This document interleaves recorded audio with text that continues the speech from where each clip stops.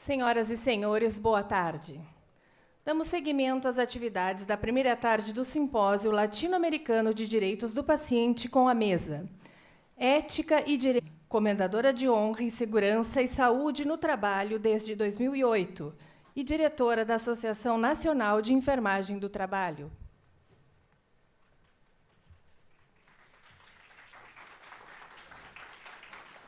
Dirceu Greco, médico infectologista, membro do Comitê Internacional de Bioética da Organização das Nações Unidas para a Educação, Ciência e Cultura, UNESCO, e presidente da Sociedade Brasileira de Bioética.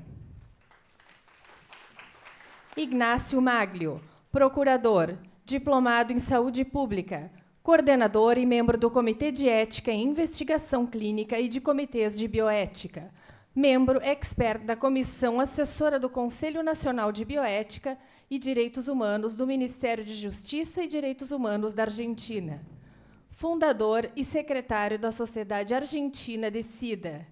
Professor no Departamento de Pós-Graduação da Faculdade de Direito da Universidade de Buenos Aires e membro do Conselho Assessor da Rede Bioética da UNESCO.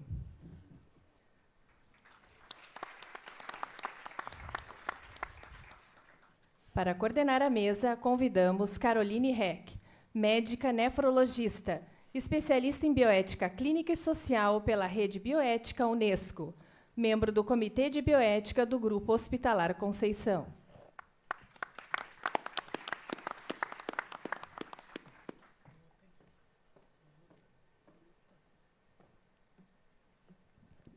Passo a palavra para Caroline Heck. Boa tarde a todos. É com grande alegria que o Comitê de Bioética recebe todos vocês para mais uma tarde, então, de trabalhos e de discussão sobre direitos humanos, o que é muito alentador, né, nos dias de hoje, ter tanta gente interessada, né, em direitos humanos e em direitos do paciente, que é uma temática com a qual nós estamos trabalhando nos últimos 3 anos, pelo menos, dentro do Hospital Conceição, com o apoio de tantas pessoas de fora que estão nos ajudando, né, nessa discussão, em crescer dentro da instituição com essa temática. Então, agora a gente vai discutir ética e direitos do paciente na prática profissional, com a ideia de colocar que é, sim, compatível falar de ética profissional e direitos do paciente. Não são temas excludentes e direitos do paciente não colocam os pacientes contra os profissionais, pelo contrário, né? O que nós vamos ver aqui, então, hoje, é justamente isso, o quanto a ética profissional pode e deve se amparar nessa lógica de direitos humanos dos pacientes. Então, sem muitas delongas, já vamos passar, então, para o Christian, que vai abrir, então, a nossa mesa de agora, no início da tarde. Boa tarde a todos.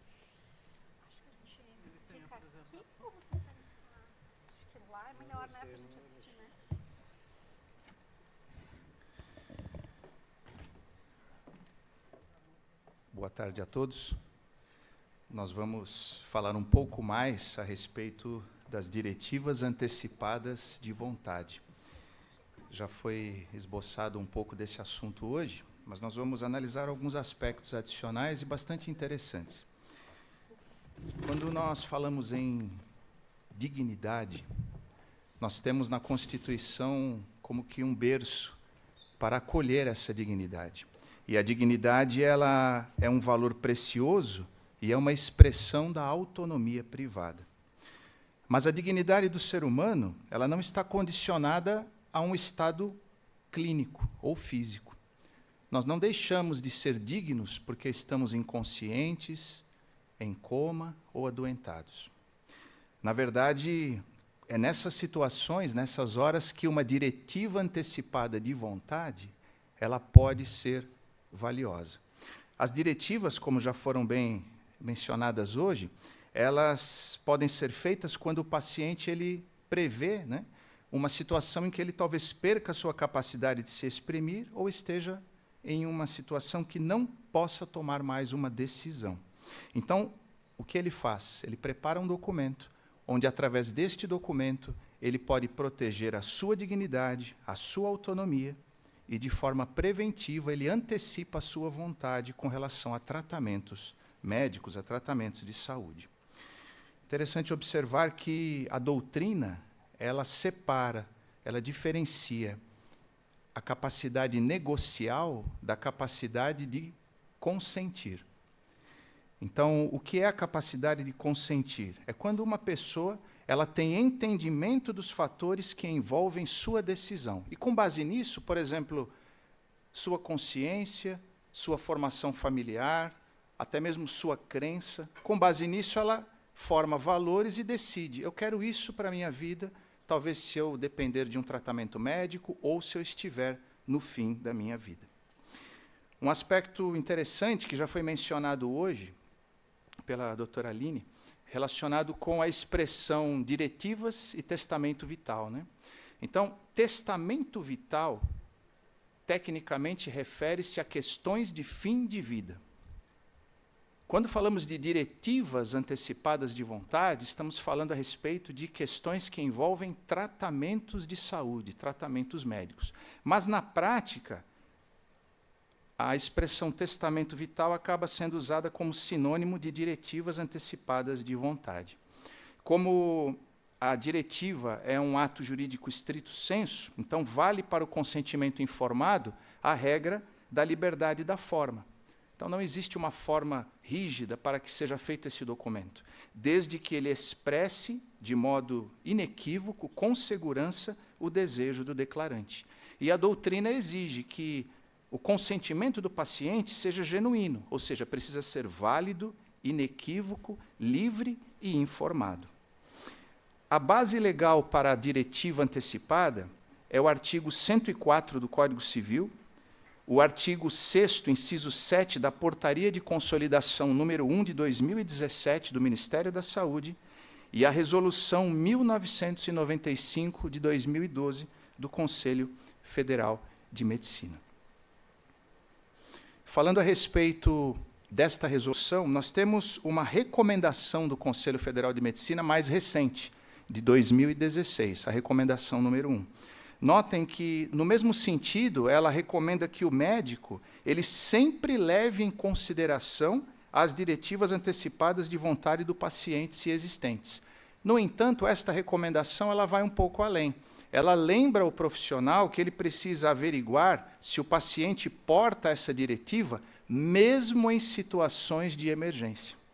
Então, note que é importante que os profissionais de saúde estejam atentos à existência de documentos de antecipação de vontade, mesmo em situações emergenciais. Esse é um aspecto muito importante. Nós tivemos, em agosto de 2011, a 5ª Jornada de Direito Civil. Essas jornadas de direito civil são realizadas e são patrocinadas pelo Supremo Tribunal de Justiça, Superior Tribunal de Justiça. E as decisões tomadas ali são levadas a efeito pelo Conselho de Justiça Federal. Então, em agosto de 2011, foi realizado a 5ª Jornada de Direito Civil e foi aprovado um enunciado, o enunciado 528. Este enunciado ele considerou válida a declaração de vontade expressa em documento autêntico, ou seja, público ou particular. Então, o paciente que expressa a sua vontade, ou aceitando um tratamento, ou recusando um tratamento, esta decisão ela é considerada válida e é a chamada recusa terapêutica. Até hoje, em uma das perguntas, foi mencionado a questão das testemunhas de Jeová, que exercem essa recusa terapêutica em documentos que portam, né, e também quando fazem a internação em hospitais. Então, esse é um aspecto que está plenamente previsto e que ele é perfeitamente aplicável no ordenamento jurídico brasileiro. A jurisprudência também ela tem dado apoio e tem ratificado a importância das diretivas. Esse é um exemplo do Tribunal de Justiça aqui mesmo do Rio Grande do Sul, onde, numa decisão bastante interessante, fez com que o documento de diretivas fosse levado a sério, né, fosse encarado como sendo uma manifestação válida da vontade do paciente. Mas note que, neste caso, a jurisprudência foi além. Deixou claro que o documento ele serve para preservar o médico de acusação de terceiros quando ele respeita a vontade do paciente. Isso acontece porque, na verdade, os documentos de antecipação de vontade, eles têm uma eficácia eximidora de responsabilidade médica. O Dr. Nelson Neri Júnior, em um parecer a respeito justamente sobre a questão que envolve testemunhas de Jeová, ele emitiu um parecer onde ele declarou que o paciente que faz suas escolhas individuais e recusa tratamento, ele assume as consequências decorrentes de seus atos. É por isso que, quando o médico respeita as diretivas, ele respeita a vontade do paciente, ele, em razão dessa eficácia eximidora, ele não pode ser responsabilizado. E esse foi um exemplo interessante aqui mesmo no Tribunal Gaúcho, né? Um outro aspecto que gostaríamos de destacar, a título de curiosidade, é a sistemática do Ministério da Saúde em Portugal. Portugal é um dos países em que aplica, né, a questão das diretivas e que tem leis específicas que regulam os direitos dos pacientes. Em Portugal, existe o RENTEV. Essa sigla significa Registro Nacional do Testamento Vital. É interessante que lá, os pacientes, além de portarem uma diretiva, um documento, eles podem fazer um registro desse documento em uma rede de computadores, e os profissionais de saúde e as instituições hospitalares, elas consultam essa diretiva. Então, essa é uma sistemática bastante interessante, né? E em qualquer parte do país eles têm acesso a esse banco de dados. Inclusive, em Portugal, é possível que, se eu não quiser fazer uma diretiva, mas eu quero apenas nomear um procurador, eu também posso fazê-lo. Então, isso mostra que os países, né, alguns países, eles têm um regulamento legal claro e expresso sobre diretivas antecipadas de vontade. E isso é algo importante, que seria realmente interessante, né, aplicarmos em nosso país. Já existem algumas iniciativas, né, como da doutora Luciana Dadário, né, e alguns aspectos que tentam fazer essa implementação de um banco de dados, né? Um aspecto realmente importante e interessante. Quando nós falamos em representantes ou procuradores, né, para a questão de saúde, então, para os casos de inconsciência, o consentimento ou o dissentimento também pode ser manifestado por representantes que vão tomar decisão em lugar do paciente, decisões em questões de saúde. Então, a Portaria de Consolidação número 1 de 2017 do Ministério da Saúde, no artigo 6º, inciso 7º, ele deixa bem clara essa previsão, né, de o uso de representantes. Mas eu gostaria de mencionar algo bastante interessante, é que a Resolução 1995 do Conselho Federal de Medicina, essa resolução, no artigo 2º, parágrafo 3º, ela declara: a manifestação dos procuradores prevalece sobre a manifestação da família do paciente. Então, note que é um assunto sério, né? Aquela pessoa que for nomeada como procuradora de saúde, a vontade dela vai prevalecer sobre a vontade dos familiares. Então, esses documentos, nós vimos que a diretiva tem uma eficácia eximidora de responsabilidade médica, mas ela também tem uma eficácia juridicamente vinculante para os profissionais de saúde. Ou seja, o médico ele precisa obedecer às diretivas sob pena de responder civil, ética e criminalmente. Mais uma vez, o Dr. Nelson Neri Júnior, ele destaca esse aspecto, né, vinculante da vontade do paciente em relação ao seu direito perante a classe médica. Nós estamos falando muito sobre a vontade do paciente, ele estando inconsciente, o seu consentimento, né, nessas situações. Mas o que dizer quando o paciente está consciente? De nada adiantaria nós falarmos sobre diretivas se na instituição hospitalar o paciente ele não tiver os seus direitos protegidos ou preservados. Por que colocamos essa questão? Porque a legislação garante a plena liberdade do paciente expressar suas preferências terapêuticas sem sofrer qualquer sanção ou negativa de atendimento hospitalar. Então, o paciente, a qualquer tempo, desde a recepção hospitalar até o momento da alta, ele tem o direito de expressar a sua vontade. O consentimento informado e a liberdade de expressão estão alicerçados na Constituição Federal. E também a legislação ordinária e os normativos do Ministério da Saúde contemplam essa questão. Esse é um aspecto interessante, porque o que acontece muitas vezes? O paciente ele chega, ele faz o consentimento informado, ele obtém o consentimento informado com o seu médico. Vamos pegar o exemplo da Testemunha de Jeová, que vimos que pelas perguntas é bem pontual, né? Uma testemunha de Jeová, ela combina com o seu médico, doutor, eu vou fazer tal cirurgia. Muito bem. Eu não quero sangue, eu não quero hemoderivados, mas eu aceito outros tipos de tratamento. Ok. Faça o consentimento informado, mas no momento da internação, o hospital diz para o paciente, está aqui o contrato, esse é o termo de internação, ou termo de consentimento informado, mas você tem que aceitar todas as cláusulas. E aí? Como é que fica a situação?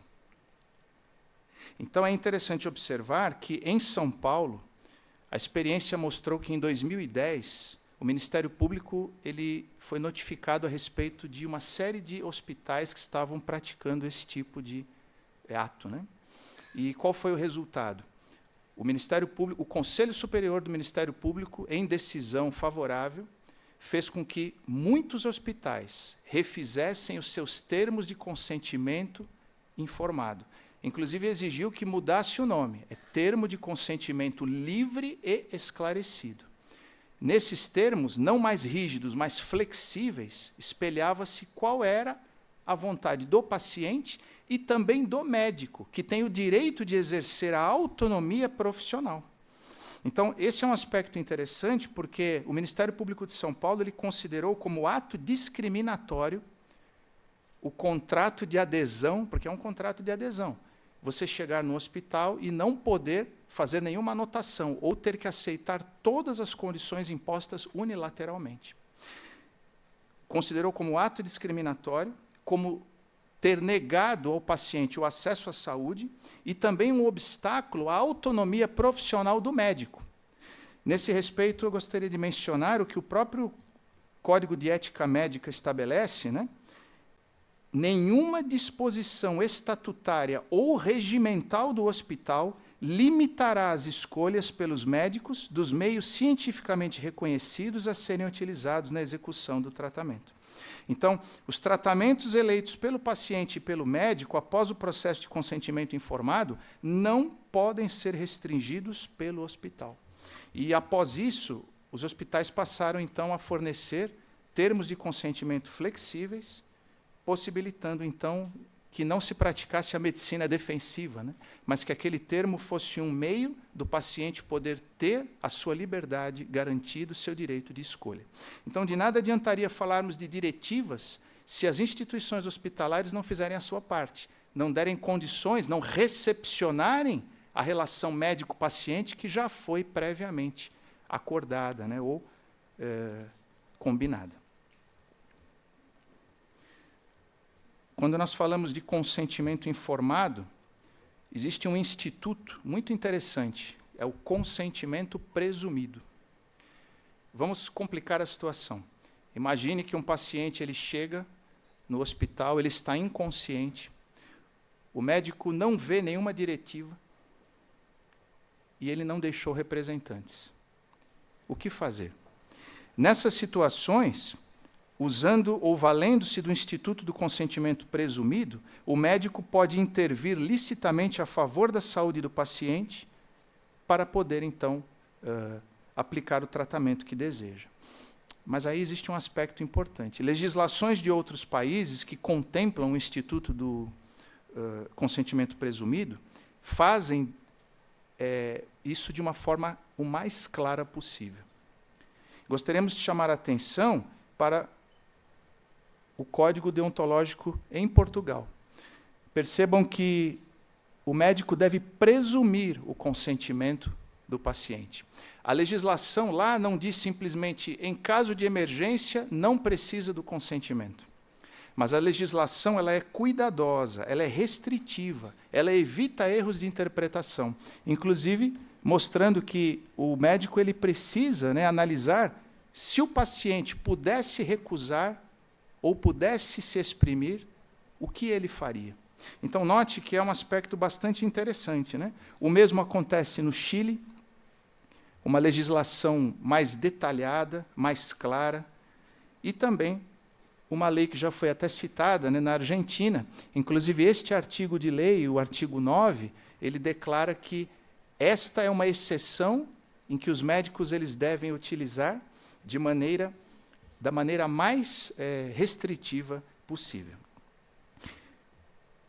Sobre esse aspecto, o Instituto do Consentimento Presumido ele é perfeitamente cabível dentro do ordenamento jurídico brasileiro. E é importante destacar que o médico atuar sem consentimento, como no caso do consentimento presumido, é diferente de atuar contra uma recusa de consentimento. Então, nós gostaríamos de fazer alguns comentários finais ao projeto de lei 5.559, né?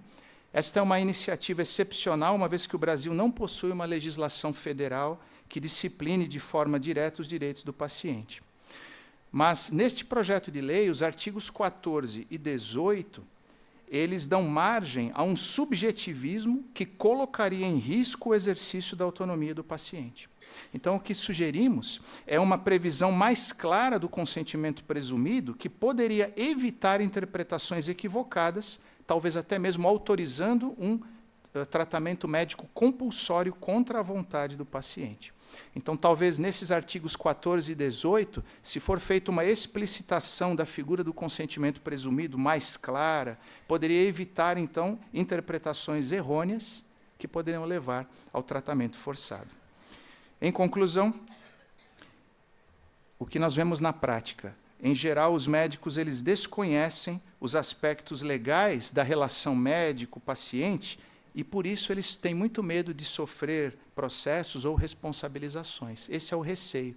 Talvez falte um amplo conhecimento dessa relação médico-paciente. Aqueles que aqui estão hoje, que são operadores do direito, especialmente os que prestam assessoria jurídica a médicos e administrações hospitalares, vocês exercem um papel fundamental em tranquilizar e promover a conciliação entre pacientes e profissionais. É perfeitamente positivo e possível achar soluções que não coloquem o profissional de saúde em risco, com medo de ser responsabilizado eticamente ou juridicamente. Portanto, é necessário que militemos sempre a favor de estabelecer a cooperação entre profissionais de saúde e pacientes.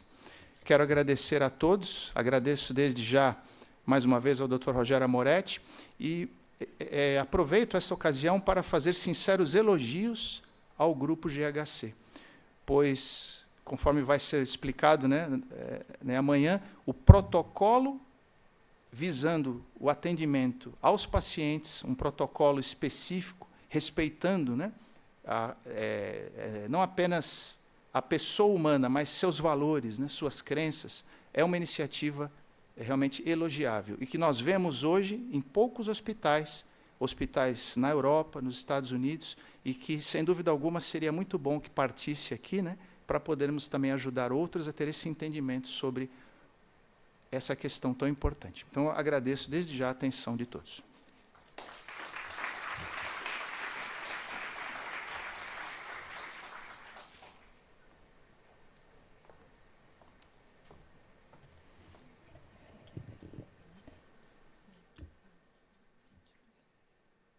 Eu preferia de mão, não tem de mão.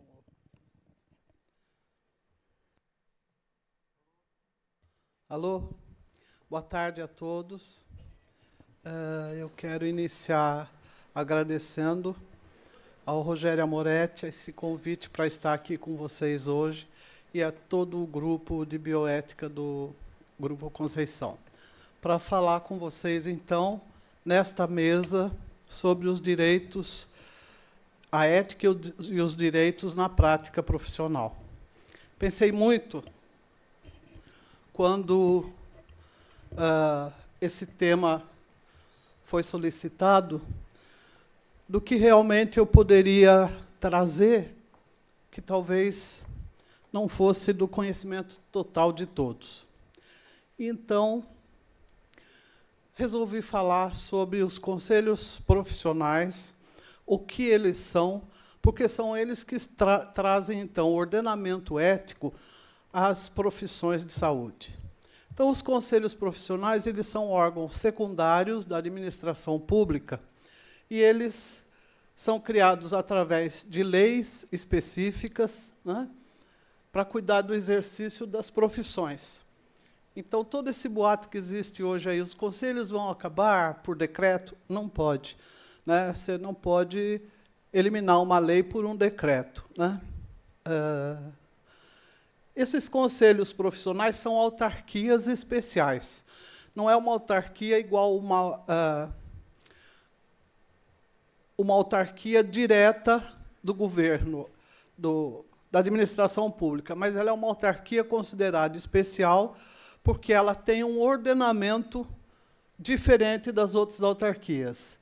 Ela tem a parte jurídica de direito público, então, sua administração segue todas as normativas da administração pública, mas tem, então, a sua contratação de pessoal através de concurso também, mas que são regidos pelo Estatuto do CLT, são seletistas. A atribuição específica dos conselhos é fiscalizar o exercício técnico e moral das profissões regulamentadas. Tem autonomia em relação à contratação do seu pessoal e em relação à sua administração, desde que seguindo as normativas da administração pública. O Conselho Profissional, ele aprova o código de ética dos seus inscritos, né, através de estudos, de grupos que se formam, de pessoas com expertise na área, né, e uma experiência do Conselho Federal de Enfermagem foi que fizemos uma conferência com vários trabalhadores da enfermagem. Foi uma grande conferência que fizemos lá em Brasília, no sentido de discutir item a item nessa conferência e aprovar com uma participação bem democrática dos profissionais. Foi uma experiência rica, né? E depois esse texto aprovado foi trabalhado por aquele grupo. E esse código de ética, então, ele procura prever todas as situações, né, que podem configurar uma irregularidade e a prática autoriza irregular, então, uma sanção disciplinar contra, então, ações que podem trazer dano à saúde da população como um todo ou individualmente de uma pessoa adoecida. Como eu disse, agride a sociedade um desvio de uma conduta ética, familiares e indivíduos também são afetados. O Conselho Profissional tem uma característica que ele é integrado pelos próprios profissionais. Então, não são pessoas que são indicadas, né? Eles são pessoas que são eleitas, elas são eleitas pelos seus pares para ocupar aquele cargo, né, com o poder, então, de fazer o código de ética e de punir os faltosos e também fazer normativas, resoluções que vão nortear a prática profissional.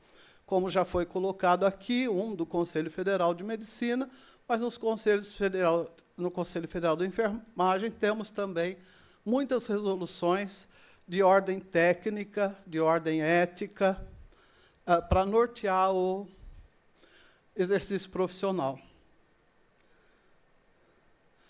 Difere o Conselho um pouco das outras instituições que compõem a organização social e política das profissões, porque, por exemplo, os sindicatos eles têm uma ação voltada a relações do trabalho. Relações do trabalho que aquele profissional tem, né, com as empresas que ele trabalha, de adesão voluntária, são inscritos voluntariamente. As associações e sociedades elas são voltadas ao desenvolvimento científico, à educação, também com adesão voluntária. Os conselhos, não. é necessário, então, para exercer a profissão, estar inscrito num desses conselhos, não tendo possibilidade de exercer a profissão se não tiver, então, inscrito nele. Então, o Conselho zela pela ética em todas as suas áreas de atuação, inscreve, registra e autoriza o exercício da profissão, assegurando à sociedade que esses profissionais estão formalmente habilitados, né? E aqui, apesar da gente manter um contato permanente com o MEC, trabalhando com as diretrizes ocupacionais, mas, na hora da inscrição, realmente, o que vale é o certificado. Então, muitas vezes, a pessoa está inscrita, está habilitada profissionalmente, mas isso não significa que todos têm a mesma qualidade de formação. E hoje isso a gente tem trabalhado muito, a questão, então, de até onde a metodologia à distância pode ser ou não utilizada dentro da saúde. Isso tem sido uma bandeira muito grande hoje de todos os conselhos profissionais. Também regula o limite de atuação. Então, existe na saúde uma área central negra ou branca que várias profissões estão autorizadas a executar. E, às vezes, é o fio que limita o que ele pode, o que ele não pode, é muito fino, né? Então, o Conselho tem que manter isso bem explícito para que o profissional não venha incorrer num exercício ilegal de uma outra profissão. Então, é o próprio Conselho que faz esse limite também. Fiscaliza a atuação dos profissionais e, além dos profissionais, ele fiscaliza os empregadores. Então, no caso da enfermagem, eu cito sempre, porque é quem eu conheço bem, por exemplo, nós temos uma resolução que diz qual é o dimensionamento ideal para o funcionamento daquele setor, daquela instituição, para que, então, seja de qualidade aquela atuação.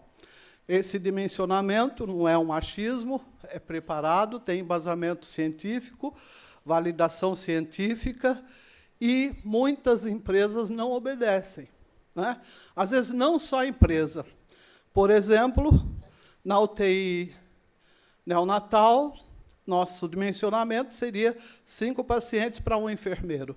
Já a Anvisa fez uma normativa, uma RDC, dizendo 10 pacientes para um enfermeiro, o que faz com que a qualidade da atenção diminui muito, né? Isso é perceptível. Mas, se não fosse isso, o COFEM poderia chegar numa unidade que tem 10 pacientes para um enfermeiro de neonatal e poderia, então, aplicar ali um termo, né, uma normativa de fiscalização, que me falhou o nome agora, né, para que fosse feita aquela correção. Em vista disso, ele pode, inclusive, determinar interdição ética de hospitais, de estabelecimentos, né? Um caso muito conhecido nosso foi numa ação do Corém Sergipe, junto com o Conselho Regional de Sergipe, de Medicina, e eles fizeram a interdição ética de um hospital, e esse hospital, então, deixou de funcionar, porque significa o quê? Os profissionais estão impedidos de entrar lá e trabalhar. Então, não é uma greve do profissional, mas é uma diretiva do Conselho determinando que lá é um local que, eticamente, não deve ser usado para atender um paciente. Também orientar os profissionais, deixa eu andar, porque esse é o código de ética do COFEM, diz que eu só tenho 10 minutos. Vamos lá. Então, aqui diz sobre o processo ético profissional, que também o Conselho faz. O processo ético profissional, ele é um processo igual a um processo judiciário, né? Tem relatório de admissibilidade, e quem julga, quem faz esse processo, acompanha esse processo, instrui, são os próprios profissionais que são indicados pelo Conselho, né, e para fazer esse processo. Então, esse processo vai disciplinar, né, e vai dar uma penalidade. Quando essa penalidade for uma penalidade que chamamos de capital, o processo corre nos regionais. Quando chega numa penalidade desse tipo, imediatamente cessa e sobe, então, para o julgamento em segunda instância no Conselho Federal.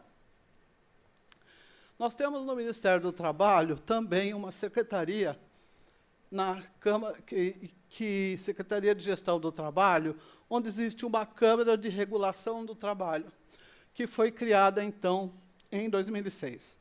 Essa Câmara, hoje, ela tem uma composição muito interessante, porque ela traz os 3 entes da organização social e política das profissões, né? Estão representados os conselhos, os sindicatos, através de suas federações e confederações, e as associações.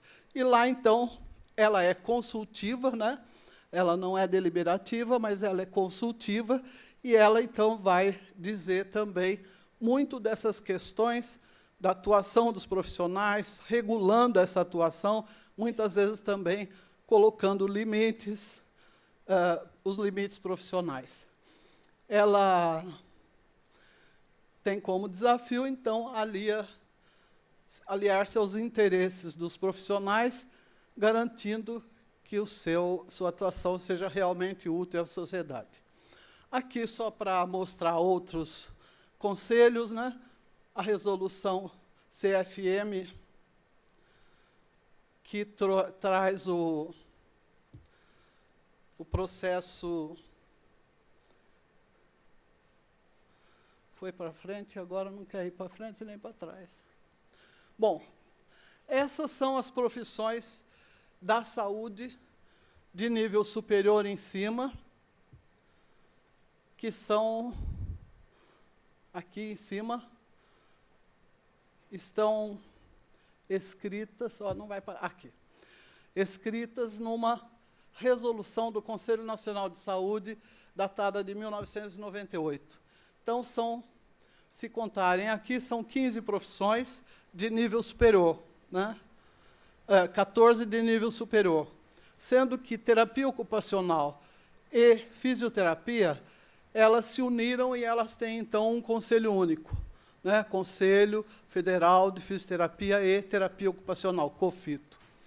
Temos também uma profissão que tem um conselho, o CONTER, Conselho Nacional de Técnicos de Radiologia, formado, então, por profissionais de nível médio, e agora já abrigando também os tecnólogos em radiologia, que seria, então, um profissional de nível superior.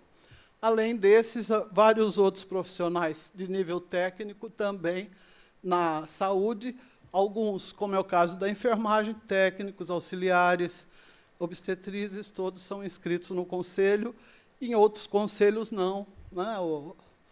O técnico da profissão não tem inscrição.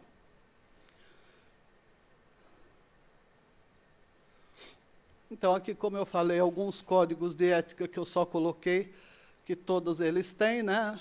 Conselho Federal de Medicina, Conselho Federal de Farmácia, de Odontologia, de Educação Física, Veterinária.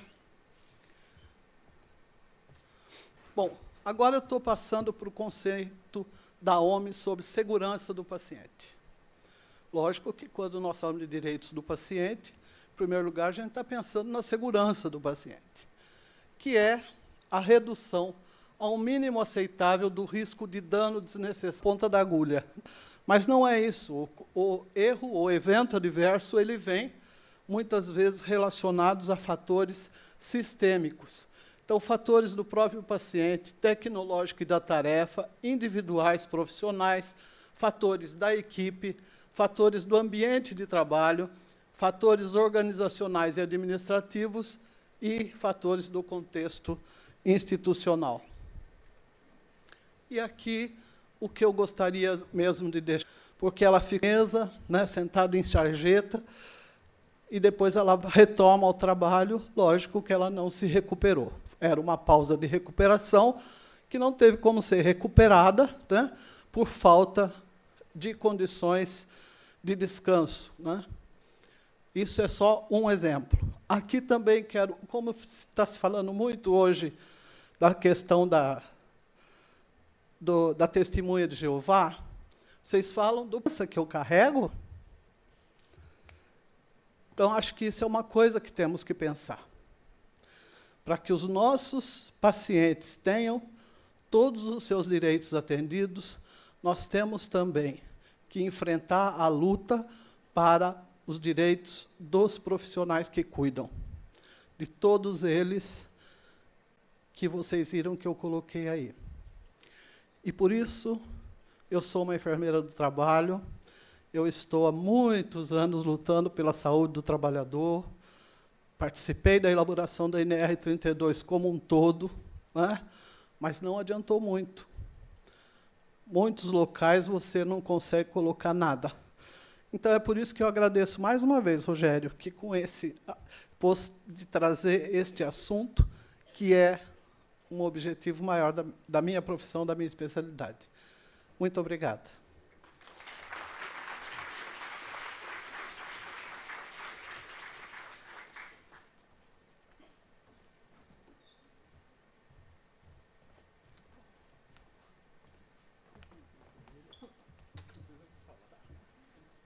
Posso falar com o microfone mais solto?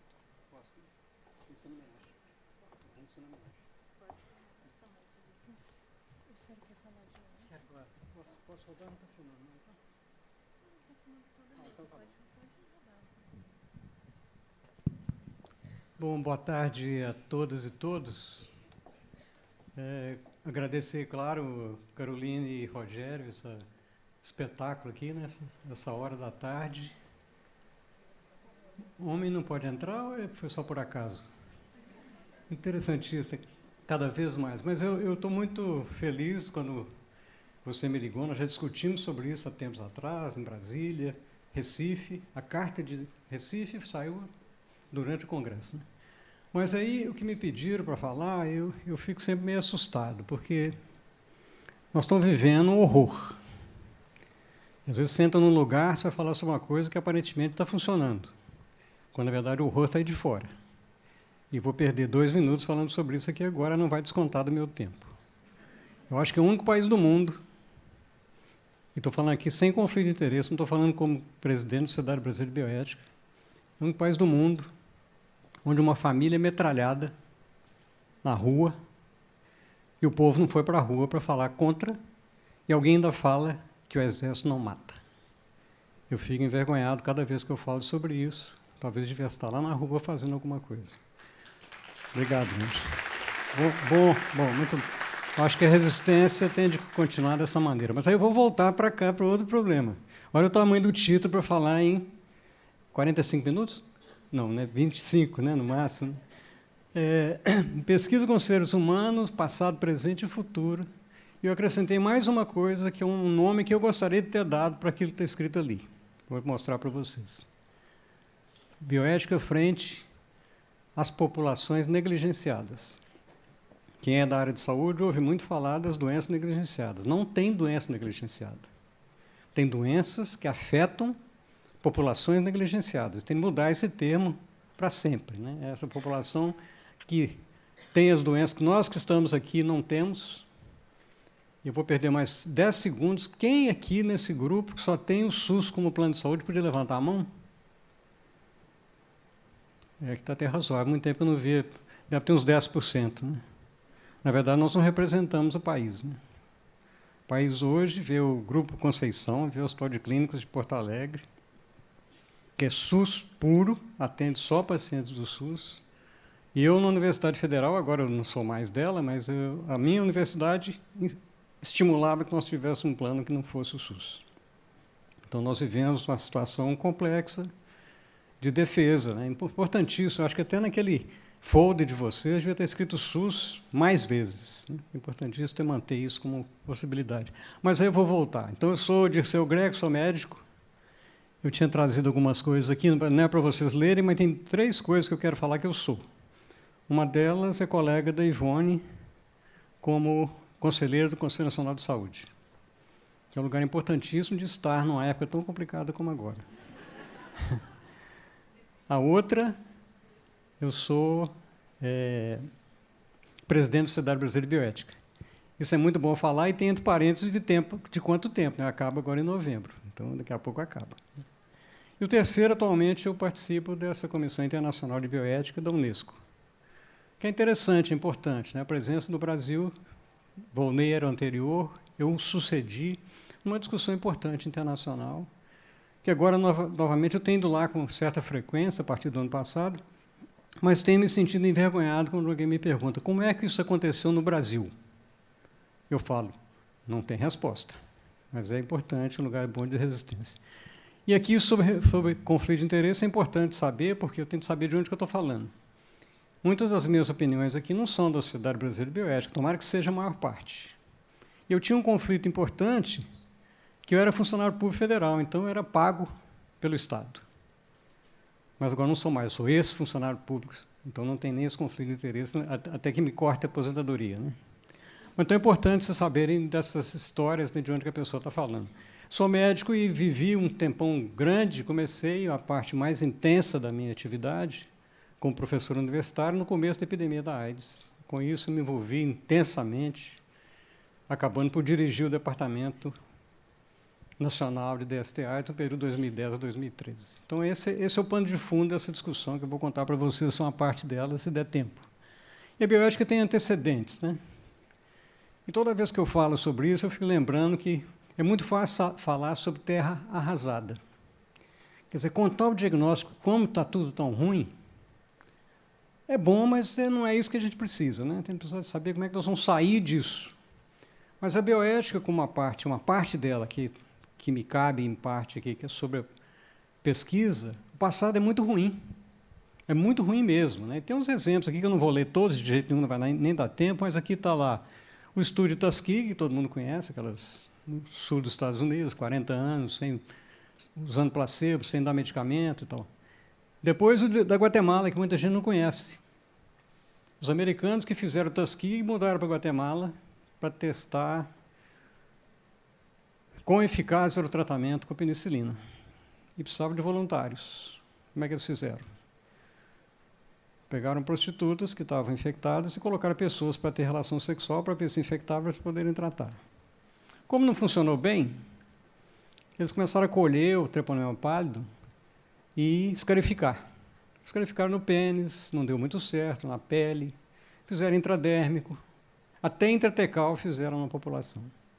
Então, essa é a pesquisa realizada em 1946, mais ou menos, no final da Segunda Guerra Mundial. E depois aparece, né, várias coisas acontecendo. Quando em 74, Tuskegee chegou muito claramente, os americanos acabaram fazendo uma coisa que hoje todo mundo conhece, que é o relatório Belmont, que foi baseado na atrocidade feita durante 40 anos naquela comunidade pequena de negros norte-americanos que foram completamente abusados durante o período. Vale a pena ler, tem muita coisa escrita, evidentemente. Tem, inclusive, uma sessão na Casa Branca com o presidente norte-americano da época, pedindo desculpa à população de Tuskegee. Então, isso é importante, o pano de fundo da nossa história. Esse pano de fundo é tão grave que, a partir daí, começa a aparecer muito documento. O primeiro é o Código de Nuremberg, 47, todo mundo conhece. Depois apareceu o SINC, Declaração de Helsinki de 64, que foi uma novidade mesmo, né? Saiu do tribunal para uma coisa que era para médicos e acabou virando para todo mundo, que foi muito estragada. Eu vou mostrar um pedaço disso. Aí aparece o relatório Belmont. Opa! O relatório Belmont, que está aqui. Depois o CIOMS, que é essa coisa que eu também vou comentar um pouco, que é essa International Ethical Guidelines para Pesquisa Biomédica. O mais importante para nós, que eu podia ficar só nela se eu fosse menos prolixo, que era falar sobre sistemas CEP-CONEP, Conselho Nacional de Saúde, outra vez, envolvendo desde 1988. A primeira resolução do Conselho Nacional de Saúde foi sobre ética em pesquisa. E até chegar à Unesco, foi muito bem falado aqui, com muita propriedade. Mas é muito interessante, só para você lembrar de data, né, 47. Em 47, tribunal norte-americano, que reuniu, pegou muita gente, muito médico fazendo aquelas atrocidades, condena uma parte deles, porque estavam fazendo coisas erradas com população negligenciada ou vulnerável. Isso aqui, que não dá para ler daí de trás, evidentemente, é uma parede no Museu de Hiroshima, onde os americanos, 2 anos antes dessa 47 aqui, jogaram 2 bombas. Uma em Hiroshima matou 150 mil pessoas de uma vez, e outra em Nagasaki, uns dias depois. Lá em Hiroshima, fizeram um museu. E no museu tem um negócio que me chama muita atenção, que é bom que eu sei de cor, porque não vai dar nem eu consigo ler daqui. Mas está escrito aqui, está escrito nesse pedacinho aqui, dizendo o seguinte: em 47, mais ou menos na mesma época dali, os americanos foram para Hiroshima, tinham ganho a guerra, e montaram lá um comitê de investigação dos efeitos da bomba atômica. Abriram o processo para todo mundo, apareceu muita gente, muitos sobreviventes, eles foram lá pensando que iam ser tratados. Mas a ideia dos americanos era avaliar a história natural daqueles que sobreviveram à bomba atômica. Quer dizer, o lado que falava aqui que tinha precisado do Código de Nuremberg com todas as coisas era o mesmo do outro lado que fez essa atrocidade toda. Quer dizer, essa contradição ela acontece o tempo inteiro, nós vivemos perto dela. A primeira declaração, de 48, que é interessante, os brasileiros participaram disso à época, todo o mundo inteiro participou, e ela fala muita coisa importante, quer dizer, está escrito. Está tudo escrito, tudo que a gente precisa está escrito ali. Todas as pessoas têm direito a um padrão de vida adequado, e nem é mínimo, né? Muita gente fala que é mínimo, não é adequado para a sua saúde, etc., etc., até chegar no envelhecimento. Todos assinaram um documento que não foi todos que assinaram, não. A maior parte dos países à época assinou esse processo, que acabou vira toda hora comemorada. Foi comemorada agora, 80 anos? 70, né?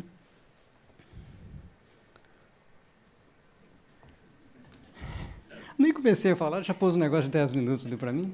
Tá bom, eu estou entendendo.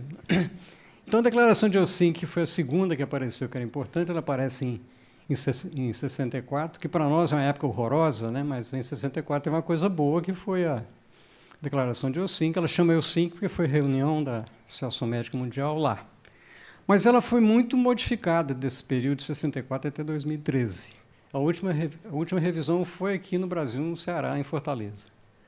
E ela aparece com mudanças importantíssimas, que eu não vou ler, mas eu vou passar muito mais rápido agora, que eu pensei que fosse passar, que é a história do placebo. O placebo, até no ano 2000, na Declaração de Helsinki, só podia ser utilizado quando não tivesse um medicamento controlador eficaz. E isso foi o que a Associação Médica Brasileira e o CFM defenderam nessa discussão que acabou em 2008, dizendo que não era bem assim, não. É melhor que só use quando não tiver um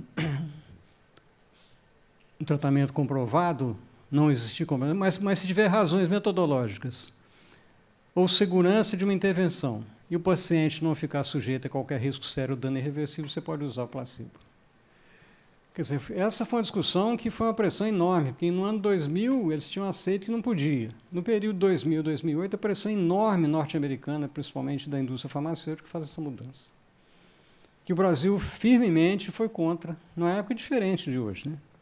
Quer dizer, estava a Associação Médica e o CFM lutando pelos direitos das pessoas contra a maior parte da América do Norte, principalmente. Se fosse hoje, certamente estaremos diferentes, né?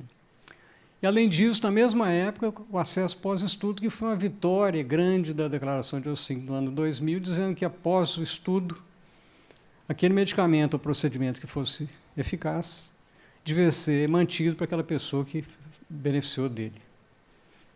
O Brasil foi lá e lutou, né, para defender isso aí. Foi exatamente no dia 18 de outubro. Lembra da data, porque eu vou falar sobre ele daqui a pouco. 18 de outubro foi o dia da Assembleia, lá em Seul, na Coreia do Sul, num sábado, um auditório desse tamanho, mais ou menos, representado todas as associações médicas, e é por votação no final. E dessa vez perdemos completamente. Eu participei, fui convidado pelo CFM, eu fui parte dessa delegação, e eles mudaram de novo, dizendo, olha, É bom que, depois do estudo, os pacientes participantes devem ser informados sobre os resultados e têm o direito de compartilhar qualquer benefício dela resulte. Nós lutamos para pôr o ponto ali. Mas aí tem um por exemplo. Acesso a intervenções identificadas como benéficas, ou outros cuidados apropriados e benefícios. Quer dizer, você enfraquece ela completamente, e outros cuidados pode ser, por exemplo, treinamento do pessoal onde a pesquisa foi feita. Pode ser melhora do laboratório. Mas qualquer outra coisa pode ser considerada. O Brasil lutou para que não fosse desse jeito. Isso foi 18 de outubro, e muito interessante. Eu fico pensando agora, participando do Conselho Nacional de Saúde, 2 meses antes, a CONEP faz uma proposta para o Conselho Nacional de Saúde, dizendo, olha, vai ter uma mudança provável na declaração de Helsinki. Por que nós não fazíamos uma resolução para o Brasil que fosse diferente? E acabou sendo a resolução 404, que dizia que o Brasil era contra acabar com o placebo, o Brasil era favorável a ter acesso pós-estudo, e mais ainda, que aquilo que saiu bem no projeto de pesquisa deveria ser colocado, disponível para todas as pessoas que dela precisassem. Parece que estava antevendo mesmo um problema, porque quando isso aqui mudou, o Brasil já tinha decidido que não ia mudar.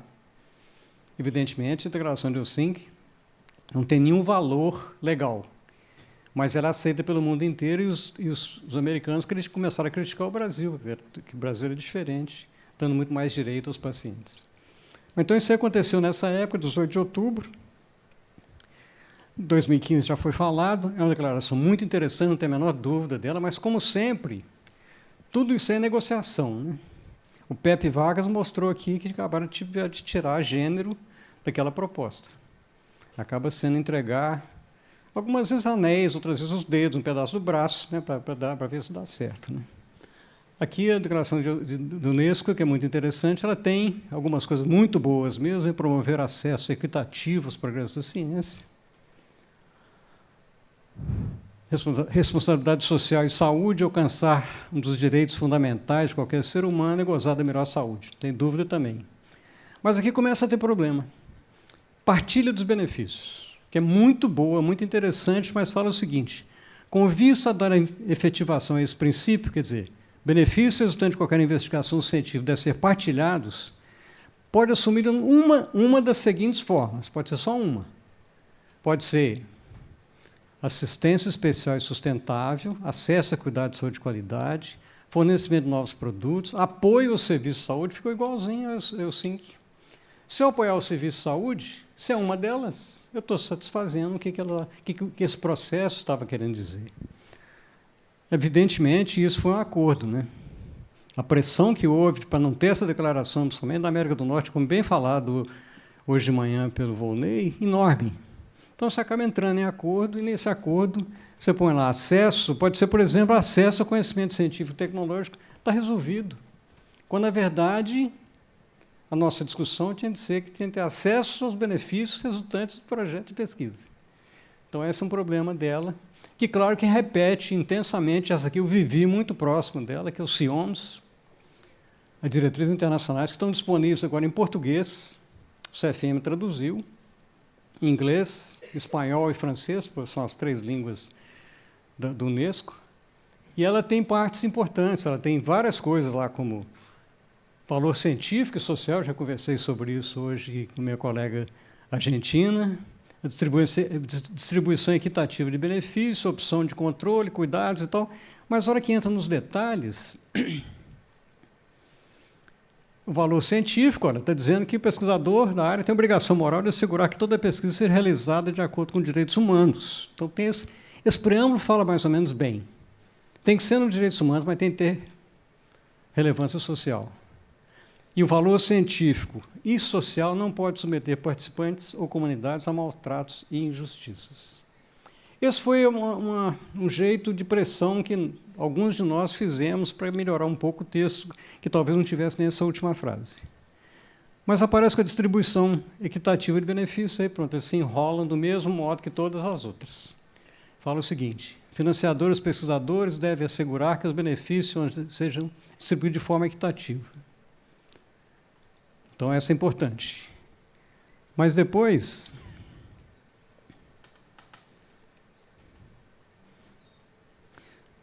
ela começa dizendo que, como regra geral, os participantes de pesquisa devem, aqui sobre placebo, desculpa, devem receber intervenção preventiva eficaz. Mas se existir uma intervenção, placebo pode ser usado como comparador, sim. Aí aparece a excepcionalidade do uso, que se abre uma brecha, como quase tudo que acontece. Nosso Código de Ética Médica tem isso muito. Você pode fazer isso a não ser que. Aí aparece uma razão para a não ser que atrapalha todo o preâmbulo do processo. Então, esse foi uma dificuldade. E é um negócio interessante de comentar, porque quem é que faz uma declaração dessa? É uma entidade. Ela convida pessoas para participar. Para essa mudança, éramos 12 pessoas. Eu era o único brasileiro, tinha mais um da Burkina Faso, tinha um indiano e mais outra que era de outro país africano. Então, dos 12, 4 subdesarrollados. Mas não eram unidos. Porque, na verdade, Burkina Faso, Índia, geralmente eles são muito mais ligados à ex-colônia culturalmente do que a nós, que somos de fora. E nesses 12, eram 8 homens, 4 mulheres. Então, na verdade, a decisão é quem foi que chamou para lá para fazer. E foi muito complicado mesmo. Nesse período que eu participei lá, quer dizer, muitas vezes eu colocava... E aí eu vou falar um negócio também que está extra... 20 minutos? Tá, obrigado. Uma coisa que eu até perdi o que eu ia falar, está vendo, Carolina? Uma coisa que eu falava sempre, quando eu colocava a posição sobre placebo e acesso, eu falava com muita propriedade o seguinte: essa posição é minha, mas não é só minha, é a posição de um país. O Brasil tem essa decisão. Então, isso ajudou um pouco a, pelo menos, mitigar esse problema. Nós estamos vivendo agora outro horror, porque tem um projeto de lei 7082, que está hoje em andamento no país, que o primeiro plano dele é acabar com o sistema CEP-CONEP, e o segundo, acabar com acesso pós-estudo da maneira que ele estava definido anteriormente. Então, coisas para piorar, né? Agora eu vou ter de voar mesmo, porque eu já não posso falar que eu vou ficar 20 minutos, que não vai deixar nem eu sair daqui de cima. Bom, o Brasil, claro, com a Resolução 466 de 2012, ele coloca tudo isso intensamente. Não pode usar placebo, de jeito nenhum, se tiver um comparador eficaz, e o acesso pós-estudo não tem nenhum senão. Tem de ser dado mesmo, por tempo que for necessário, sem custo para o Sistema Único de Saúde. Então, essa decisão é muito interessante, e muito interessante que o CFM, na mesma época, fez uma resolução 4 dias depois, 5 dias depois do CU, dizendo que o médico não pode participar de jeito nenhum de um projeto que tem placebo quando existe tratamento. E depois isso aqui passou para o Código de Ética de 2009, e no novo também isso se manteve, né? O placebo não pode ser usado. O novo acabou de ser aprovado. Mas aí, a parte melhor da minha fala, que não vou poder falar, que é, toda vez que eu falo sobre esse assunto, eu acho que é uma discussão completamente ultrapassada. Porque nós não temos dúvida que essas coisas que estão indo do direito, em projeto de pesquisa controlado, poucas pessoas, ela pode servir apenas como exemplo, porque o nosso problema é o acesso pós-estudo, e não é para as pessoas, é isso aqui, é para o acesso universal. E aí eu vou correr mais do que eu estava correndo, fazer igual o Volney fez hoje. Só vou falar só mais 1 minuto, para mais 3, mais 4.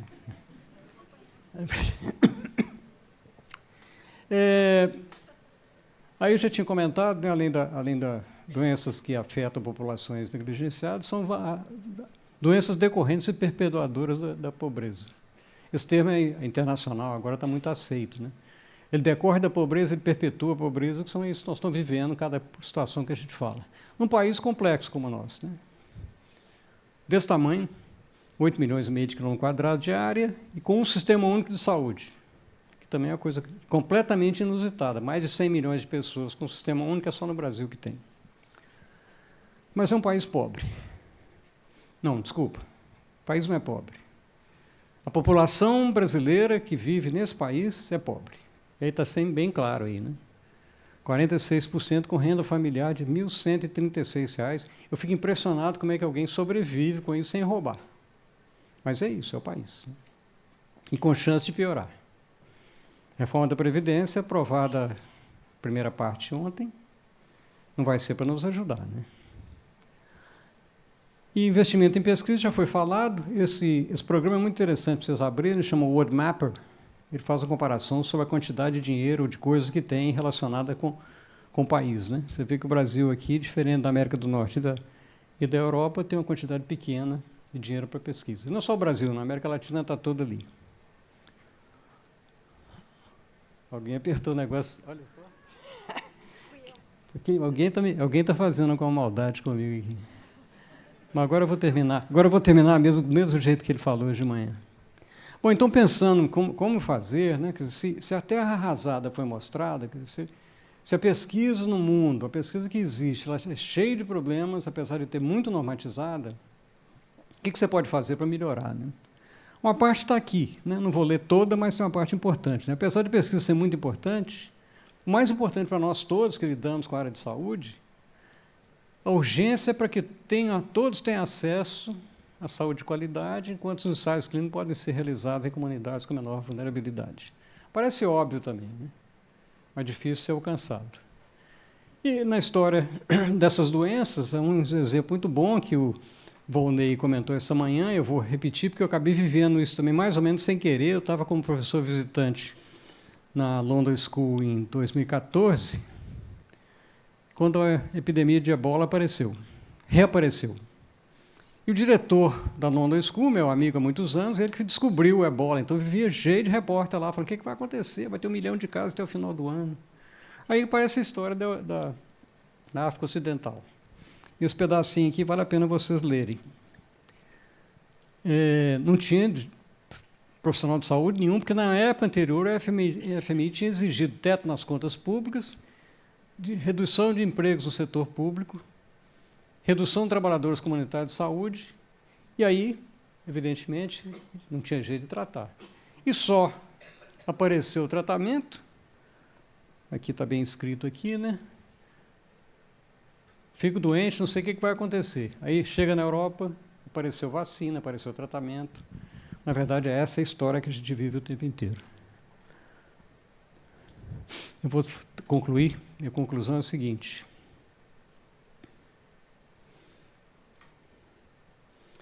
A conclusão é acesso universal e equidade, né? E nessa discussão nós vamos precisar de todos. Na hora que vocês aplaudirem aquela história que eu contei no começo, sobre a mortalidade daquele pessoal, nós vamos ter de unir forças mesmo, porque a chance de cada vez mais essa sanha estúpida de privatizar pode começar dos lugares melhores. Claro que eles vão privatizar, se for tentar, os federais que funcionam, né?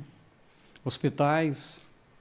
Belo Horizonte tem o 2º maior centro de tratamento de acidentado, que é o Hospital João 23, a ideia do governador é privatizá-la.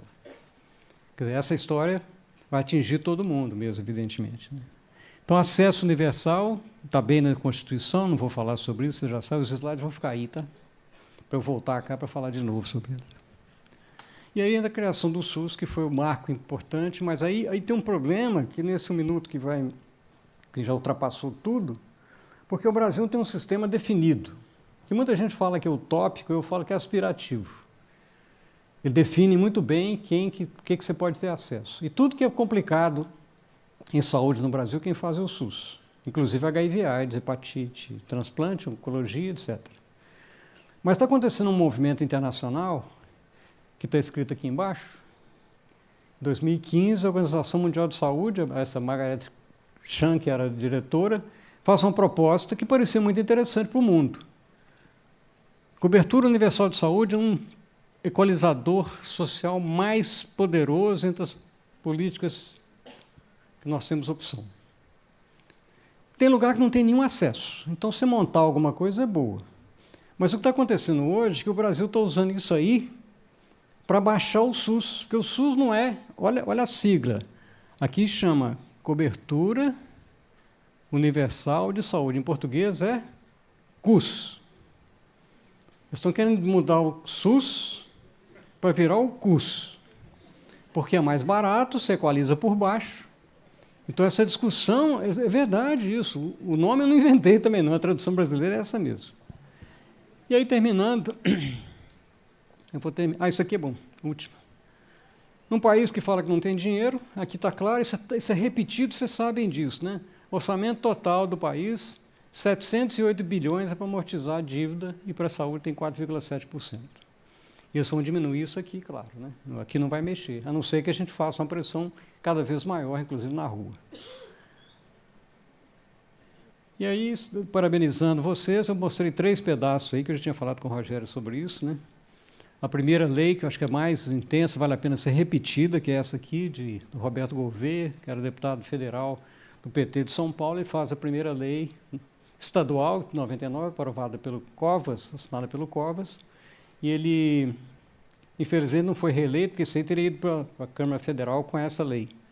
E depois vários copiaram, né? Belo Horizonte copiou, e agora a mais importante é essa, coincidentemente aqui com Pepe Vargas e o Chico D'Angelo funcionando. Eu termino, isso aqui o Volney comentou sobre isso, uma revista, o número inteiro do Lancet falando sobre o SUS, 2011. Não pode falar hoje de novo, né? Eu termino aqui com essa perspectiva, né? Utilizou o aparente sucesso da implantação de normas claras e justas para a realização de pesquisas na tarefa mais difícil de aplicação prática dos seus resultados. E termino com uma homenagem. Aqui, toda vez que eu mostro esse slide, você já viu, muita gente já me viu falando. Essa aí é o primeiro dia da Olimpíada 2012 de Londres, cerimônia de abertura. Aqui é uma fotografia tirada de cima. Está escrito lá no meio, Serviço Nacional de Saúde. Quem desfilou nesse evento não foram as lindinhas, né? Eram lindinhas também, mas eram as enfermeiras do Sistema Nacional de Saúde inglês. Um exemplo bom para a gente fazer, né? E o mau exemplo é isso aqui, quando entrou aquele ministro anterior a esse... Não, anterior ao anterior, aquele que era especialista, que era engenheiro civil. A primeira coisa que ele falou foi que o Brasil não conseguirá mais garantir direitos básicos aos cidadãos. Quanto mais gente puder ter planos, melhor, porque vai ter atendimento patrocinado por eles mesmos, que alivia o custo do governo. Então, essa ideia está em andamento, né? Plano Popular de Saúde.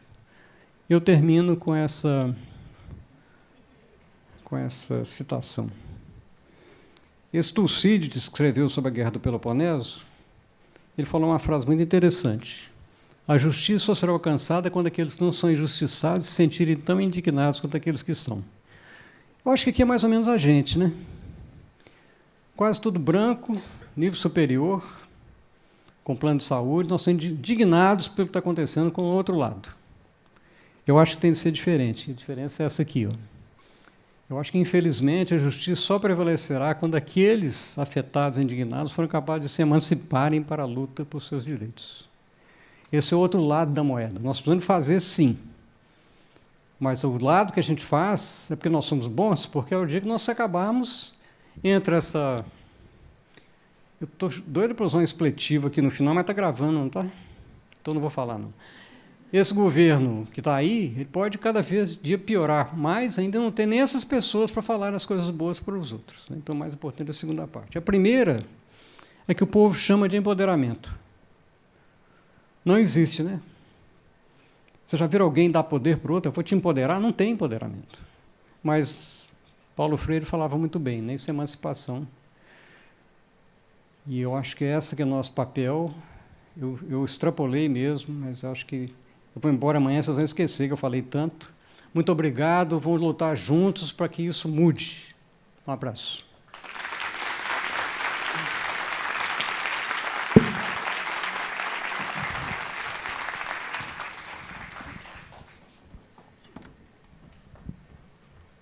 Muy bien, Delsa, ¿eh?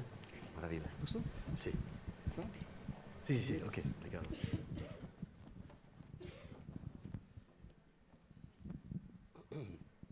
Ok. Boa tarde. Eu fico feliz de estar aqui. Muito agradecimento no grupo da bioética, Carolina, meu amigo Rogério. É um prazer também ficar aqui com companheiros da rede, José, Susana, Volney. Aclaração prévia, sim. Eu sou argentino e advogado, mas uma boa pessoa, sim. Pode confiar em mim, sim. Eu falo muito bom espanhol, mas não falo português. Desculpa. Eu vou falar em castelhano, mas eu vou falar devagar, sim? Hoje, Brasil e Argentina, por lo que falou Volney, por lo que falou Dirceu, temos desastres sociais, desordem, desamparo social. En Argentina, 50% das crianças de menos de 14 anos são pobres, ¿no? Como diría Borges, hoje não nos une el amor, sino el espanto. Será por eso que nos queremos tanto, ¿no? Mas hoy voy a falar de confidencialidad. El derecho a la intimidad parece un derecho menor frente a la pobreza, a la devastación de los pueblos, a la falta de salud. Sin embargo, yo quiero reflexionar con ustedes que la intimidad, la protección de la confidencialidad es un derecho humano esencial que se liga a la dignidad y a la integridad profesional. Pero yo digo que es un derecho importante, pero en los hospitales se ve que es uno de los derechos más frágiles, ¿sí? Fíjense en esta figura, ¿no? Ustedes falan prontuario, ¿no? A la historia clínica. Está toda la gente ahí y la compañera que limpia está ahí como oleando, ¿no? Mirando el prontuario del paciente, ¿no? La fragilidad, ¿sí? del derecho.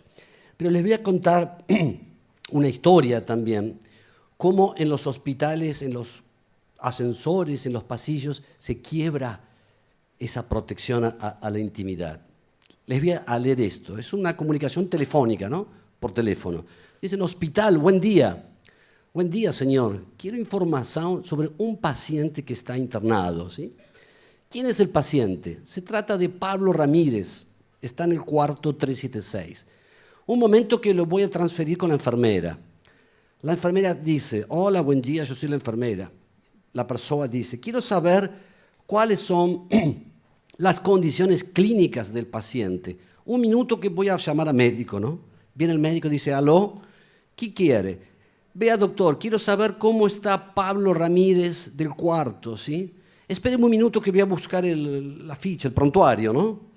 Entonces dice, aquí está, hoy se alimentó bien, la presión está bien, mañana le sacamos el catéter, si todo va bien, le daremos el alta en 3 días. Y la persona dice, muchas gracias, doctor, es una noticia maravillosa, ¿no?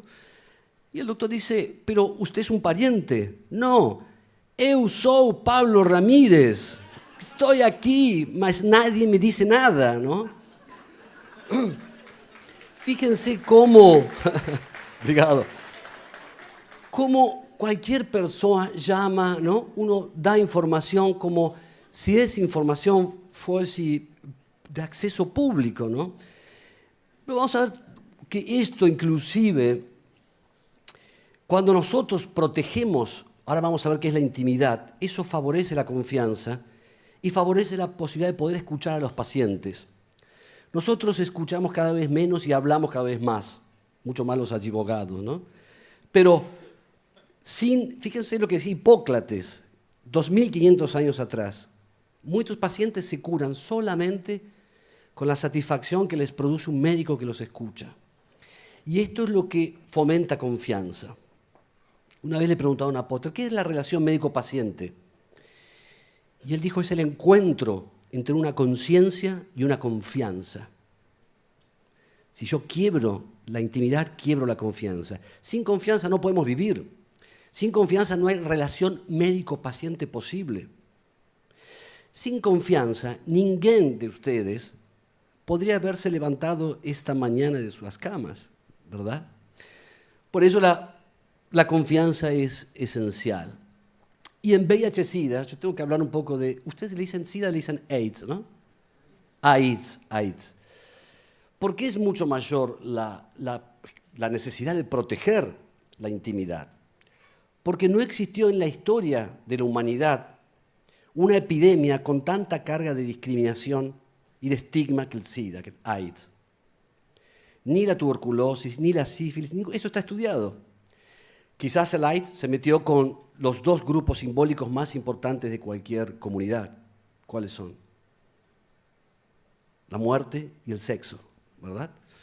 De ahí que las Naciones Unidas, desde hace mucho tiempo inclusive, tuvieron que crear un programa especial, ONU-SIDA, o UNAIDS, para tratar de detener básicamente los problemas sociales vinculados a la epidemia de VIH-Sida. Inclusive directrices también orientadas a los Estados miembros, y entre ellas una de las propuestas más fuertes es: los Estados deben velar por el respeto a la vida privada y la confidencialidad. En la reunión del alto nivel de las Naciones Unidas, luego de 25 años de trabajo en la epidemia, las propias Naciones Unidas reconocieron el fracaso. Algo nos está pasando como sociedad si seguimos estigmatizando a las personas que viven con VIH-Sida. Ahora, si yo les preguntara, inclusive recomendaciones de la Comisión de Derechos Humanos de Naciones Unidas y varias organizaciones más, pero yo me gustaría preguntarles a ustedes, cuando hablamos de confidencialidad, hablamos de una regla ética de los trabajadores de la salud que protege ese derecho a la intimidad. A mí me gustaría preguntarles a ustedes, ¿qué es la intimidad? ¿En qué consiste la intimidad? El primer derecho es el derecho a conocer tus derechos. Una vez le preguntaron a un filósofo muy conocido, dígame, maestro, ¿qué es la intimidad? Y él dijo, si nadie, si ninguém me pregunta, yo sé lo que es. ¿Verdad? Como con la dignidad, conceptos que necesitan ser definidos para poder ser defendidos. Pocas palabras. La intimidad podemos decir que es un lugar, un reducto, donde anidan todas nuestras historias y experiencias personales, sociales, ambientales, políticas, que nos forman como personas. Y aquí es la gran paradoja del derecho. Como decía Dirceu en la Declaración Universal, todos nacemos iguales en dignidad y en derechos, pero todos somos maravillosamente distintos. Esa intimidad me hace ser Nacho, te hace ser Carolina, Rogerio, Dirceu, Susana, José. Entonces, la protección de esa intimidad es de lo que somos auténticamente dueños. No somos dueños de nada. Ponete a pensar, no sos dueño ni de esos zapatos tan lindos que tienes, ni de tu marido, ni de tu filho, ni de tu perro, ni de tu gato. ¿De qué sos auténticamente dueño, amo y señor? De tu intimidad que te construye como persona. Confidencialidad, ¿qué quiere decir confidencialidad? Confidencialidad viene de una palabra latina, confidentia. Confidentia, ¿qué significa? Regalo preciado, regalo de valor. Te estoy regalando mi persona. De ahí que uno de los delitos, de las aberraciones contra los derechos humanos más terribles, es la tortura para conseguir la delación, ¿no? Son los peores crímenes contra la humanidad. Entonces, y algo muy importante, la protección. Ahora vamos a ver que para los trabajadores de la salud es esto que hablamos de la regla de confidencialidad. A mí me gusta siempre definir para los trabajadores de la salud de Saúde, a confidencialidad se llama secreto confiado de tercer grado. ¿Por qué? Secreto confiado de primer grado es el secreto que uno confía a un amigo, a un amante, a un confidente. ¿Vieron cuando uno tiene una carga emotiva, ¿no? Que uno necesita, mira, necesito contarte esto porque es una forma de sacar el problema, ¿no? ¿Se entiende lo que voy falando? Secreto confiado de segundo grado es el secreto que uno confía, por ejemplo, a un sacerdote, a un rabino. Yo te cuento algo porque necesito un perdón, el perdón del Señor, el perdón divino. Y secreto de tercer grado son los secretos que ustedes manejan con los pacientes o con sus clientes. Yo, doctor, doctora, enfermera, le cuento esto no porque la quiero, primer grado, no porque creo en Dios, sino porque lo necesito. Necesito un consejo médico, necesito un consejo de enfermería. Ese es el consejo, la confidencialidad, es un consejo, secreto de tercer grado. Entonces si yo te regalo algo de mucho valor, ¿tú qué haces? Lo guardas, lo proteges y lo agradeces.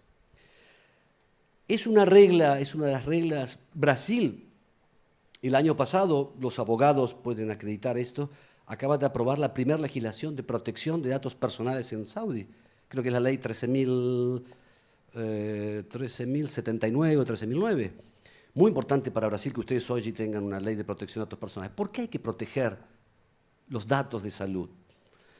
Porque son datos sensibles. La ley brasilera también dice que estos datos sensibles requieren protección especial porque pueden dar lugar a discriminación. Como ya hablaba Volney, ¿se acuerdan? El Big Data o los datos de salud pueden provocar límites de acceso a la salud, límites en los seguros, límites en el trabajo. De ahí que sea importante también que todos nosotros, y esto está en Brasil hoy desde el año pasado, lo que se llama derecho a la autodeterminación informativa. ¿Qué quiere decir esto? Yo tengo derecho a dar mi consentimiento para que traten un dato sensible, tengo derecho a acceder a ese dato para saber qué están haciendo y tengo derecho a que rectifiquen o sacar ese dato. Estos en los ensayos clínicos, Dirceu sabe bien, trae un problema en los ensayos clínicos randomizados a doble ciego porque alguien que está en un grupo placebo quiere romper y lo echa. Bueno, primero está la protección y el acceso a ese dato. Después tenemos, soy un poco más rápido, algunos requerimientos que tienen que ver, por ejemplo, vamos a hablar de las excepciones. La confidencialidad es una regla. Ustedes saben, 3 reglas éticas regulan la actividad profesional de salud. La confidencialidad, consentimiento informado y la veracidad, decir la verdad. En materia de VIH-Sida, nosotros en Argentina hemos recorrido un largo camino. Es una regla que tiene pocas excepciones, pero las excepciones para cuidar a la persona que vive con VIH, con AIDS, tienen que interpretarse con sentido restringido. ¿Qué quiere decir esto? En caso de duda, si yo no tengo claro, 10 minutos, yo no revelo. ¿Se entiende? Interpretación restringida. Si hay dudas sobre tengo que decir o no a su pareja, a su hijo, a su mamá, no digo nada, ¿sí? ¿A quién se le puede decir? Bueno, a otro profesional que participe en el tratamiento de un paciente con AIDS. Pero no al, por ejemplo, odontólogo, al dentista, como si fuera dentista, odontólogo. ¿Por qué? Porque no es necesario. Porque todos los profesionales de Saudi tienen que cumplir con las normas de bioseguridad que son universales y obligatorias. Dentista, odontologista, radiologista no tienen necesidad de saber si una persona es cero positivo o cero negativo, ¿sí? Primera cuestión. Quizás a cuestión mucho más controvertida es la revelación a la pareja o al contacto sexual de esa persona. Nosotros aquí decimos que es muy importante hacer lo que nosotros llamamos prognosis de peligrosidad. Si todo el mundo en Brasil sabe que el preservativo, la camisinha, es una medida eficaz para prevenir la transmisión del virus, ¿por qué yo voy a revelar la seropositividad de su pareja, de su partner, verdad? Es muy importante recordar que el VIH-AIDS es una infección transmisible, nunca contagiosa. La diferencia entre una infección que se transmite y una que se contagia es evidente. Si yo tengo tuberculosis, un paciente con tuberculosis en el hospital, puedo violar su confidencialidad porque no se puede ir, porque va a contagiar a todo el mundo aquí en Porto Alegre y el mundo no sabe cómo defenderse. Mas si tiene AIDS, sí tengo obligación de guardar el secreto, ¿verdad? También han cambiado, tenemos 30 años de epidemia, más de 30 años de epidemia en el mundo, las cosas cambiaron, necesitamos nuevos hechos, hay un nuevo derecho. La situación inicial del AIDS era el excepcionalismo porque había mucha carga de discriminación, no había tratamiento, todas las personas morían jóvenes, ¿sí? Ahora hay tratamientos tratamientos de alta eficacia. Entonces, hoy lo que se está planteando, inclusive Naciones Unidas plantea el ofrecimiento, por ejemplo, del test a requerimiento de los servicios de salud. Hoy, el acceso a la cobertura antirretroviral es una estrategia de prevención. Ustedes conocen las metas de ONU-SIDA y de Naciones Unidas, 90, 90 y 90, Tenemos que tener el 90% de la población chequeada, el 90% de la población tratada y evitar el 90% de las transmisiones, ¿verdad? Entonces, este es el camino que hay que seguir. Como les decía antes, ya la Organización Mundial de la Salud plantea, no esperemos que la gente venga a ofrecer nosotros, pero siempre protegiendo la confidencialidad. ¿En qué servicios Brasil y Argentina son países de epidemia de baja concentración? Debemos ofrecer el test protegiendo la confidencialidad a mujeres embarazadas cuando hay sospecha de infección por VIH y en servicios de asistencia de infecciones de transmisión sexual. Vamos a ir, yo, si les interesa, les puedo dejar esta presentación, pero quiero ir un poco más rápido porque ya estoy con poco tiempo. Simplemente, para terminar, en la Argentina tenemos la Ley de Derechos de los Pacientes, por eso es muy importante aquí, como dijo el colega, que Brasil pronto pueda tener una ley federal que sea uniforme para todo Brasil, donde puedan garantizarse estos derechos. También para nosotros es muy importante recordar que los datos son del paciente y el prontuario es de la institución, el prontuario físico, pero esos datos son del paciente y el paciente en cualquier momento tiene que tener acceso. Ahora yo también, para terminar, 5 minutos, obrigado. Para terminar, yo también entiendo, porque yo trabajo en un hospital, a los médicos, a enfermeras, cuando, por ejemplo, vienen los medios, TV, radio, y dicen, doctor, doctora, es una montaña de jornalistas, ¿no?, que presionan a esos trabajadores de la salud. Yo ahora miembro un cantante del norte de la Bahía, que fue una de las primeras víctimas de AIDS, Cachuza era, ¿no? Y... Brasilia, disculpa, Cachuza. Y yo lembro los medios, fue un asesinato público, ¿no? Todo el mundo decía, y los médicos no. Entonces, para terminar, una recomendación, porque yo comprendo también, digamos, el otro lado, a los compañeros trabajadores de la salud. Entonces, porque a ustedes nadie los entrenó, nadie les dijo cómo hacer. Una alternativa para evitar ese moving mediático es decir esto, que es no decir nada. Es lo que nosotros aconsejamos a los compañeros. Por ejemplo, no se puede determinar, el paciente se encuentra estable, atendido, los médicos están evaluando. Otra, buen estado, los signos vitales se encuentran estables, el paciente está lúcido y cómodo. Estado favorable, los signos vitales se encuentran estables y dentro de límites normales. Tratado y derivado. Uno no dice nada, no afecta la intimidad y tranquiliza a esas torbas mediáticas que molestan. Entonces, esta es una frase de López Aspitarte, un filósofo jesuita también, estamos en un ámbito jesuita, podemos decirlo.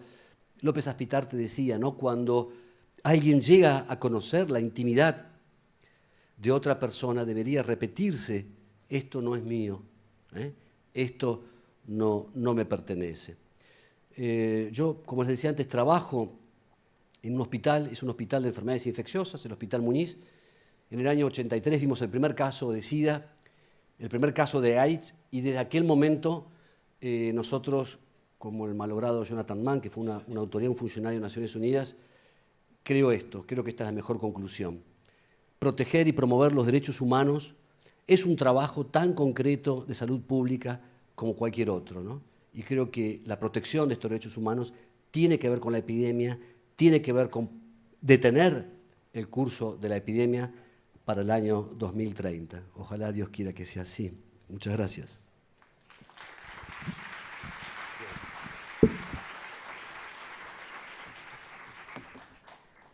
Convidamos os palestrantes para que componham a mesa novamente.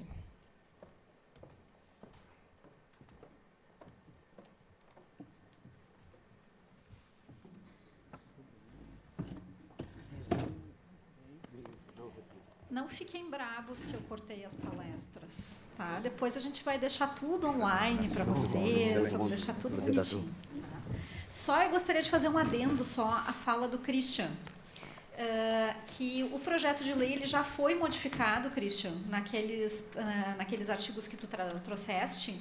Tanto o 14 quanto o 18 foram adicionados parágrafos colocando que ficam assegurados, mesmo em situações de emergência e urgência, o respeito às diretivas antecipadas de vontade do paciente. Então, na tentativa já de não permitir, né, essa abertura, essa limitação, né, do direito do paciente. Tá? Doutora Priscila, temos perguntas? Em virtude do horário, não vai ser possível abrir para perguntas.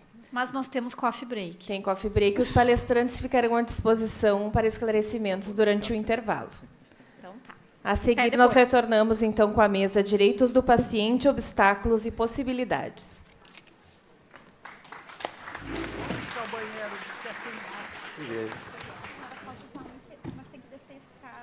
O coffee break será servido no foyer do teatro.